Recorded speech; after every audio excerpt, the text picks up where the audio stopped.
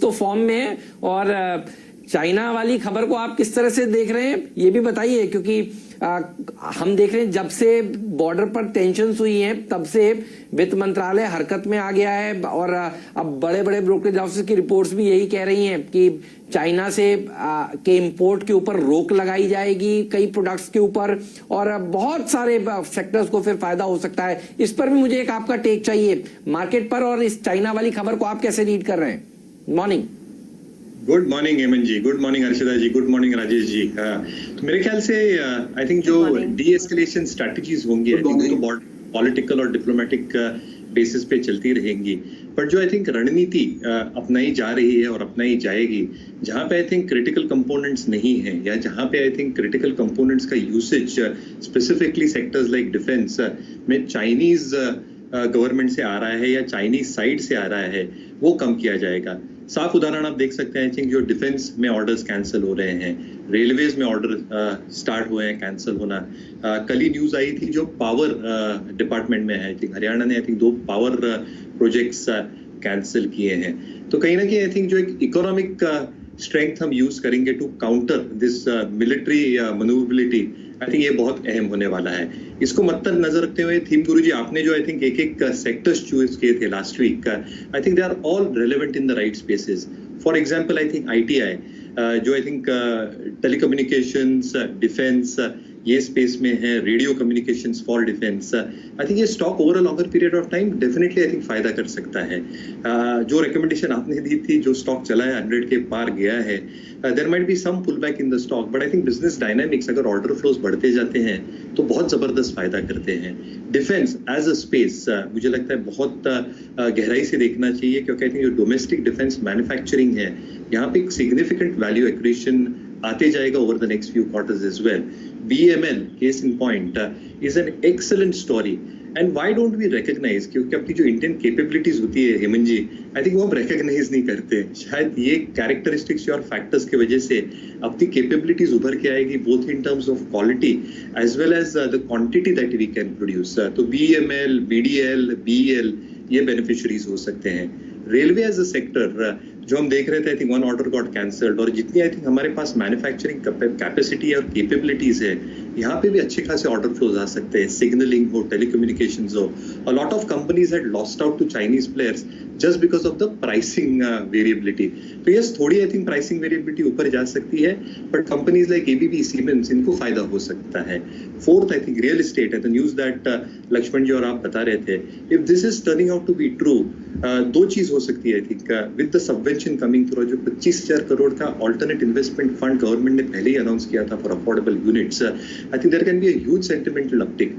Godrej properties तो है ही in considering leverage as a huge component, but अगर हम दूसरे स्पेसेस देखते हैं, मुझे लगता है Arvind smart spaces, Ashiana housing, Brigade, जहाँ पे pre sales velocity has been at 1 million units and it has carried on. Renegotiation बहुत कुछ हुए नहीं है उनके रियल्टी या एन्युटी वाले पैकेज वालों पे, तो I think there can be a huge boost in this and support that with I think cabling as a unit. And you are right, I think KEI, Polycab, Chinese imports भी कम होंगे और real estate को भी फायदा होगा indirectly. तो I think you have to play this very very holistically and you have played it beautifully, मुझे लगता है, through ITI last week, housing finance companies on Friday and real estate this week. Theme Guruji. जी हाँ, तो इन खबरों के चलते दोनों ही कंपनियां, इनफैक्ट बाकी फार्मा सेक्टर पर भी फोकस रहेगा, क्योंकि कई दूसरी भी कंपनियां हैं जो इस तरह के प्रोडक्ट्स मैन्युफैक्चर करने की क्षमता रखती हैं या फिर थोड़ा सा लाइसेंस है। तो मैं आपकी राय लेना चाहूंगी मयूरेश। ग्लेनमार्क देखिए 409 पर पिछले सत्र में टिका था, आज खुलते ही यहाँ पर तेजी देखने को मिलेगी। पता नहीं कितने लोग पार्टिसिपेट कर पाएंगे, लेकिन सिप्ला के लिए भी एक अप्रूवल आया है, इन्होंने भी रेमडेसिविर की प्रोडक्ट लॉन्च कर दिया है। ग्लेनमार्क के लिए भी एक अपॉर्चुनिटी है तेजी की। आप किसके साथ जाना पसंद करेंगे, या फिर आपको लग रहा है कैडिला, डॉक्टर रेड्डी, जुबिलेंट लाइफ, जिनको भी थोड़ा सा लाइसेंस मिला हुआ है रेमडेसिविर के मैन्युफैक्चरिंग के लिए, उसके जरिए ये पर्टिकुलर ट्रेड खेला जा सकता है? बिल्कुल हर्षिता जी, आई थिंक पहले तो मैं आशीष जी को बधाई देना चाहता हूँ। आई थिंक जो ये डिफिकल्ट नाम होते हैं, कॉम्प्लेक्स नाम, वो बहुत आसानी से बोल पाते हैं। तो कभी कभी ये नाम पल्ले ही नहीं पड़ते जो ये कॉम्प्लेक्स आसानी से। दूसरी बात, आई थिंक जो ये लॉन्चेस हुई है, I think obviously they are going to benefit Glenmark के लिए। फैविपिराविर जैसे आशीष जी बता रहे थे, जो एक्सपेक्टेड सेल्स हो सकती है, I think that can be quite significant, और एक्सपोर्ट मार्केट भी खुलता है इनके लिए, क्योंकि ये अप्रूवल जो इनको मिली है, I think these are approved in other overseas markets as well, Russia for example, Middle East for example. तो आई थिंक एक बहुत बड़ी अपॉर्चुनिटी मिलती है। इनकी जो NCE सेगमेंट है, यहाँ पे इन्होंने जबरदस्त तरीके से R&D स्पेंड्स बढ़ाए थे पिछले कुछ क्वार्टर्स में, इसलिए आई थिंक इनकी जो प्रॉफिटेबिलिटी पे हिट आया था एक सिग्निफिकेंट था। बट दो चीज हो रही है, एक ये डेवलपमेंट, और दूसरा अगर NCE बिजनेस में कोई एक स्टेक सेल की जो ये चाहत रखते हैं, कोई बायर मिलता है, तो डेट अच्छी खासी रिड्यूस होगी जो कैश फ्लोस को इंप्रूव करेगी। तो ग्लेनमार्क डेफिनेटली पॉजिटिव रहेगा। सिप्ला के लिए I think remdesivir, I think ये जो दवाई है, इसके साथ दूसरे भी कॉम्पिटिटर्स हैं जिनको अप्रूवल्स मिले हैं। So you are absolutely right in terms of the production numbers that can come through.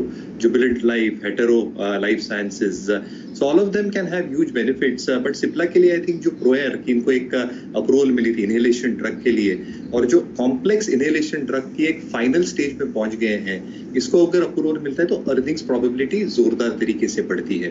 तो ये दो तो स्टर्डन में रहेंगे। But the third is star, for example strides pharma जो है, उसको भी अप्रूवल मिल सकती है इन टर्म्स ऑफ एक्सपोर्ट्स, जो ग्लेनमार्क को मिली है फॉर डोमेस्टिक प्रोडक्शन।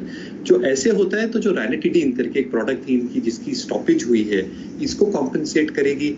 5 ANDAs शायद अप्रूव हो सकते हैं यूएस मार्केट में एनुअलाइज बेसिस पे गोइंग फॉरवर्ड एज वेल, और इसके लिए इनकी जो आई थिंक EBITDA मार्जिन 28-29% पे और बॉटम लाइन ग्रोथ है, ये तगड़ी हो सकती है। तो मुझे लगता है एक स्टार भी एक आउटसाइड बेनिफिशियरी हो सकता है, outside apart from Glenmark and Cipla.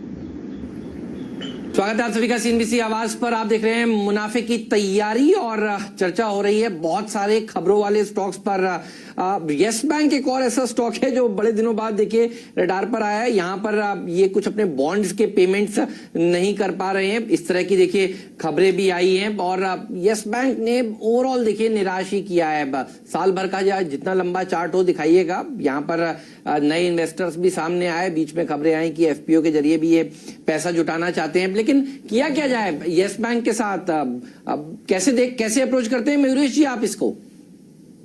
Sentimentally हो सकता है हेमंत जी, बट मुझे लगता है अभी भी I think stick with the leaders, क्योंकि जितनी भी आई थिंक एक रिकवरी प्रोसेस होगी, इसको थोड़ा समय देना पड़ेगा आपको, and it's not going to be easy. इसलिए आई थिंक जो वेल एस्टैब्लिश्ड प्लेयर्स है ये मार्केट में, और स्पेसिफिकली ऐसे सिचुएशन के बाद जो मार्केट शेयर गेन्स करेंगे based on their balance sheet strength, capital adequacy strength, मुझे लगता है ऐसे प्लेयर्स के साथ रहना बहुत जरूरी है। तो HDFC bank as an example, moratorium 8 से 9% था, excess provisioning of 1400 and 1800, almost 3000 crore के आसपास एक्सेस कर चुके हैं। जो हम रिपोर्ट्स देख रहे थे, जो मैनेजमेंट ने दर्शाए थे कि जो लोन ग्रोथ आ सकती है बिकॉज ऑफ कंज्यूमर डिमांड, जो इंक्वायरीज आई है वो प्री कोविड लेवल्स पे ऑलरेडी आ चुकी है और रिवर्सल आने के पूरे आसार है। So I think it's better sticking with banks like HDFC bank in my opinion. बैंकों की बात हो रही है तो एक सरकारी बैंक के जो नंबर्स आए हैं, Punjab national bank, of course हमने देखा है बहुत स्ट्रॉन्ग सीक्वेंशियल नंबर्स है। अब रिपोर्ट्स तो यही कह रही है कि बेस्ट NII पिछले 5 क्वार्टर्स में, और जो लॉस हम उम्मीद कर रहे थे 1208 करोड़ का, वो आया है 700 करोड़ के अंदर। इस पर आपकी क्या टिप्पणी रहेगी, क्योंकि PNB लार्जली सरकारी बैंकों में अंडर परफॉर्मर ही रहा है। मॉर्गन स्टैनली अभी भी कह रहा है कि अंडर वेट रहेंगे इस पर, टारगेट 25 का दे रहे हैं। क्रेडिट स्विस ने 32 का टारगेट घटाकर 29 कर दिया है।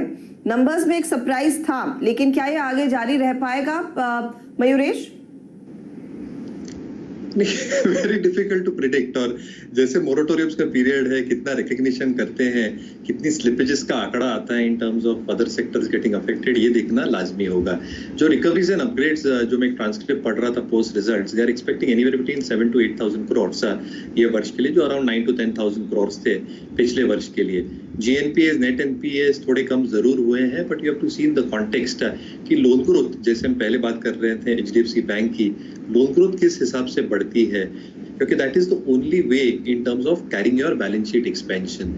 दूसरा, निम्स एंड स्प्रेड्स पे जो इम्पैक्ट आ सकता है because of any other provisioning that is required going forward, I think ये एक बहुत बड़ा मुद्दा है जो पब्लिक सेक्टर बैंक शायद अनराइवल नहीं कर पाए हैं। तो yes, operationally comparatively better performance है, but as I said I still stick with the better private ones. सरकारियों में करना ही है तो मुझे लगता है आई थिंक स्टेट बैंक एक बहुत अच्छा विकल्प हो सकता है।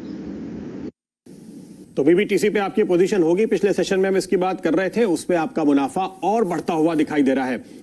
मयूरेश जी, दो स्टॉक्स आपके स्क्रीन पर लाएंगे। ये हमने गुरुवार को एक ब्रेकआउट पकड़ा था मुथूट फाइनेंस में करीबन 1050 के लेवल के आसपास, और उसी दिन मनप्पुरम पे भी हमारी नजर थी, जिसको शैल जी ने मार्क किया था, मुझे याद है उसमें एक ब्रेकआउट आया था तकरीबन 146-47 के लेवल के आसपास।